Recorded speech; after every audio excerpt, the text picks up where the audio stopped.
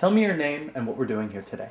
My name's Danielle Overby, and for Kristen Jensen Sullivan's ES2 class, I'm doing an honors project on the effects of cigarettes and quitting smoking.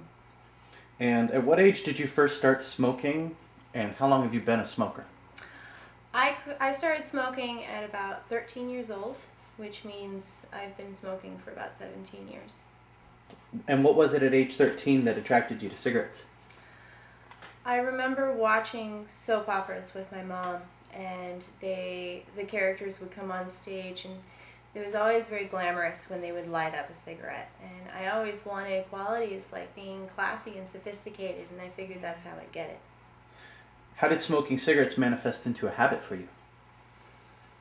I remember taking my cigarettes to school, and I was the only 13-year-old that smoked at school. And so I was really set apart as either tough or cool, and I really enjoyed being set apart. Have you ever tried quitting before, and which methods have you used? I've tried quitting many times. The only methods I've used, however, are quitting cold turkey, which is just quitting completely, or I have tried tapering off, which is gradually going from 1 pack a day, which is my normal smoking habit, to down to 1 cigarette at the end of the month, and then eventually stopping. And why is quitting smoking important to you now?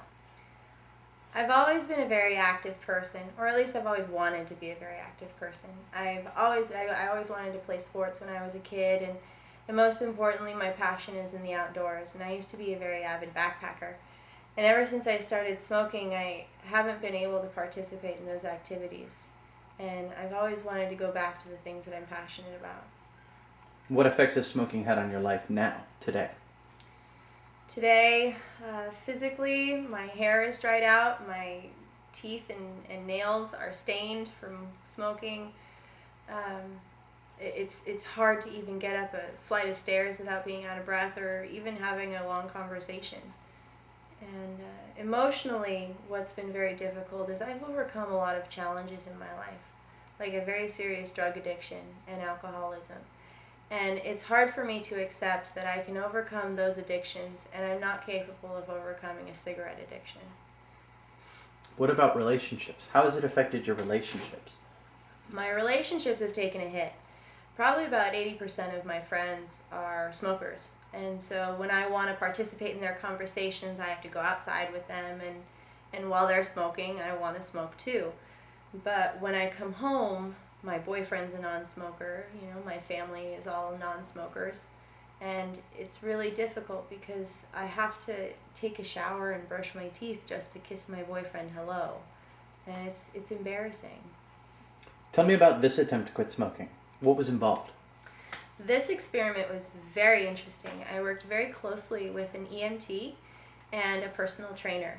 I would meet with the EMT twice a week, and he would take my vitals, including my blood pressure, my heart rate, my breaths per minute. And at the beginning of the experiment, I had a blood pressure of 123/80. I also smoked my last cigarette that day, and it had jumped my heart rate up from 84 beats per minute to 108 beats per minute. At the end of the 2-week experiment, my blood pressure had gone down to 90/60. Which means it had gone down to a healthy level finally after 2 weeks of not smoking. With the personal trainer, I had worked very closely with him as well, and it was a wonderful experience because at the beginning of it, I was only able to run for about 5 minutes. And at the end, I had ran every single day, and I was finally able to graduate to a 45-minute run. Do you intend to quit smoking in the future? And if so, what do you think you'll do differently? I definitely want to quit smoking in the future. And one of the things I haven't really used, and an asset I have, is an incredible support group. I have tons of people who are willing to help me and talk to me when I'm struggling. And I've never really utilized that asset. And what I'd really like to do is start vocalizing when I need help and start reaching out. What have you learned from this experience? This experience has definitely reaffirmed everything I've already learned before. In every year that I've gone to school, there's been a non-smoking campaign where they've taught us the dangers of smoking and the effects of cigarettes.